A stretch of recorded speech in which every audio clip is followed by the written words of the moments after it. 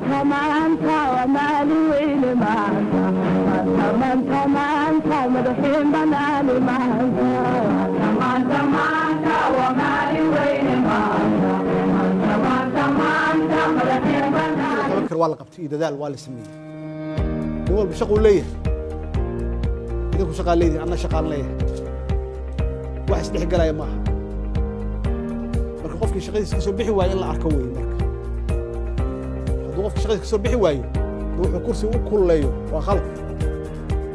ama umad waqti uga lumiyo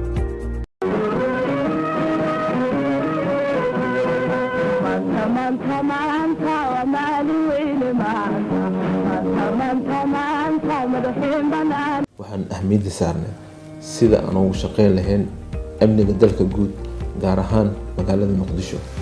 tusaale ahaan waxaan abuurnay ciidamo tayeysan oo aan ugu magacdarnay ciidamada xasilinta magaalada muqdisho sidoo kale waxaan mamnuucnay hubka sharcidada lagu gado magaalada muqdisho iyo wadanka oo dhan laakiin gaar ahaan magaalada muqdisho waxaa jiri jiray meel la yiraahdo cirjoogso taasna waa mamnuucnay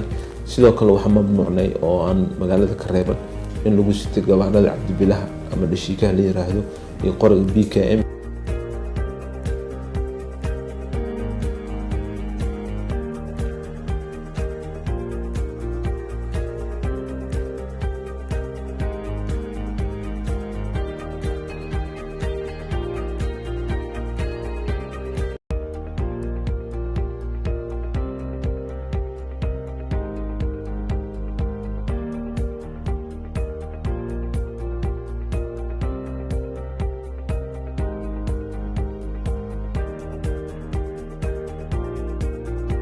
laga bixiyo baasaboorka oo iyagana inta dalka aan ku baahinay degmooyinka inta badan oo ilaa 13 aan dhaho 13 xafiis oo dalka gudihiisa ah ayaa dadku adeega baasaboorka ka qaataan welina waxaan rajeynaynaa in si ballaariyo waxaan kaloo furnay oo howlgelinay bara maamul oo ka howlgeli doona maamul goboleedyada oo howlaha deegaanada maamul goboleedka soo xalliira howlaha ka socda ee hay'addu ay leedahay xafiis laga maamulo ayaan ka furnay shanta maamul goboleed ee hadda xubinta ka ah dowladda federaalka marka waa xafiisyo maamul iyo kuwa baasaboorka laga bixiyo.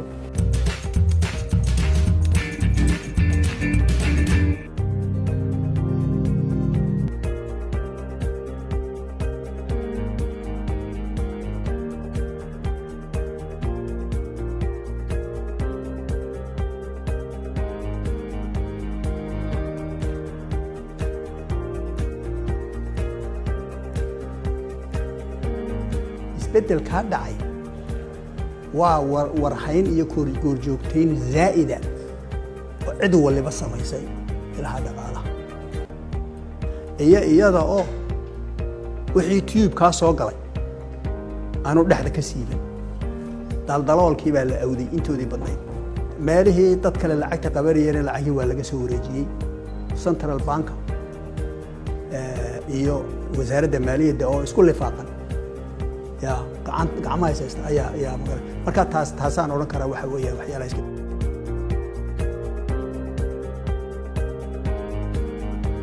شنتي سنة وجودن بيس دخلي مربع هيروها سدحي طبنك وحوها كونتن مليون أيو سنة كلا بيت توك بلاد كحرماي أفر طبنكي أنا وحوها كونتن يتداوم مليون شن طبنكي إلحي طبنكنا وحو كحرماي السنة ذاتك لحدا يكون مليون لكن فضل إلهي سنة كان وحو كحرماي 7 مليون iyo 500 kun farqiga u dhaxeeyna waa dareemi kartaa waa lacag gaaraysa 17 milyan iyo 500 kun fadligaas ilaahay iyo naxariistiisa aan ku helnay haddana waa dadaal la sameeyay oo waqti la geliyay oo laga fakiray in shay walba ay loo qaado canshuurta sida ugu habooneed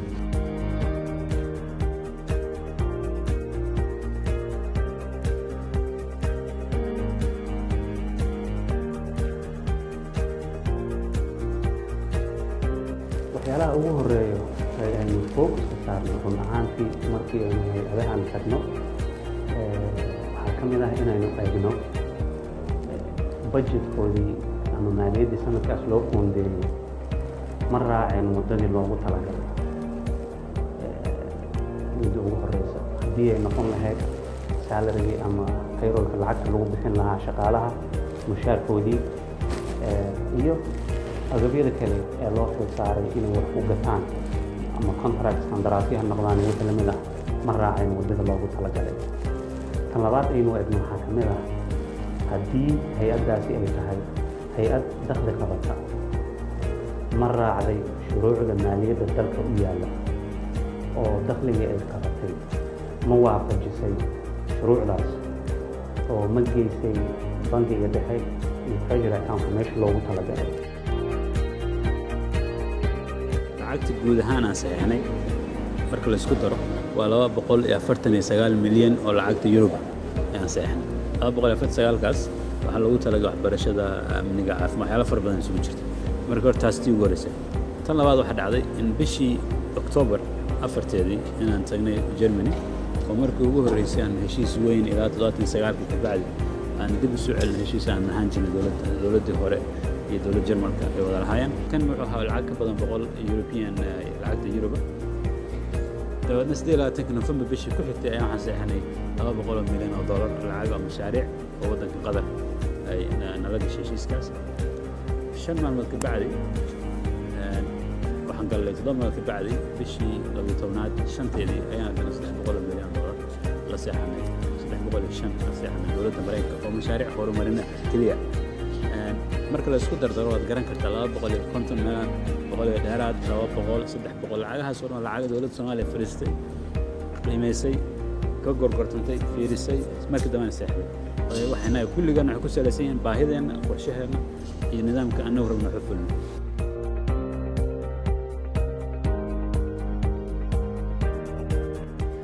lacagtii design-keedii iyo habkii loo samayn lahaa iyo wixii la samayn lahaa iyo waxaas oo dhan waa la diyaariyey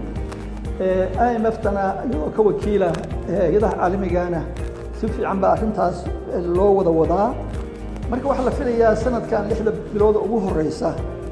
in maogtahay arrintii lacagtii nationalka ahaa daabacadeedii iyo soo saaristeedii iyo wuxuuba ay soo gabagaboobaan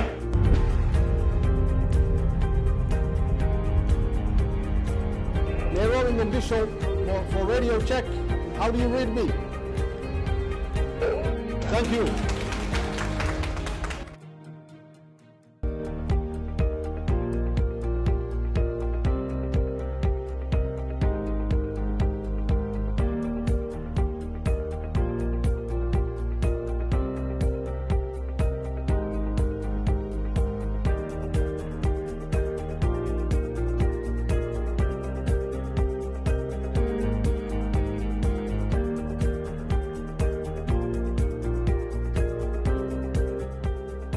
focuska wasaaradda waxaan saarnay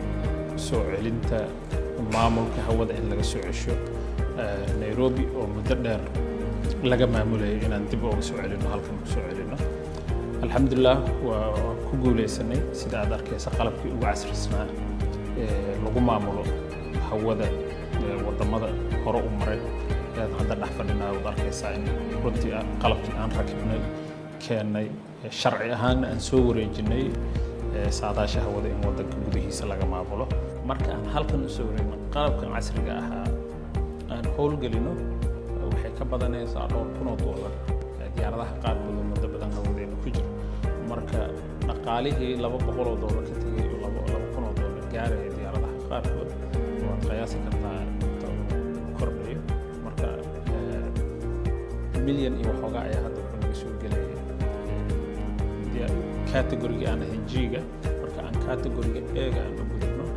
ilaa iyo 5 milyan oo qiyaasayna inay gaarayso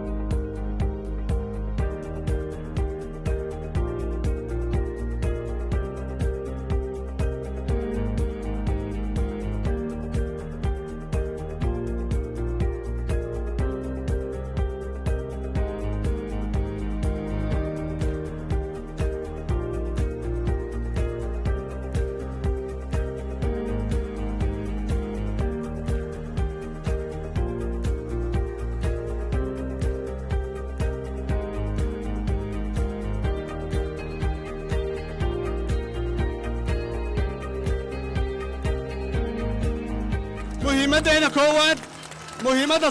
muhiimadda dowladda Soomaaliyeed muhiimadda qof walba mas'uul ah uu u leedahay way magaalada inaan nabadeenno magaaladan inay noqoto magaalo hala dadka waalaha magaaladan gaalkacyo inay noqdaan siday ahaan jireen oo aan ognahay inay tahay magaalada ugu weyn gobollada dhexe iyadoo qaybsan iyo magaalada ugu weyn tahay magaalada ee gobollada dhexe bal ka warrama iyadoo midaysan waxay noqon karto rabnaa inaad dib u heshiisiin noo samaysid waxaan kaa rabnaa inaad gaalkacyo dadka ku nool ka gees inaad raabtooda inay isku furmaan inaad ka shaqaysiisid waxaan rabnaa meel kastaa joogtid reer gaalkacyood waxaan rabnaa inaad nabaddooda ka shaqaysiisid waxaan kaa rabnaa dhallinyarada inay helaan waxbarasho firiya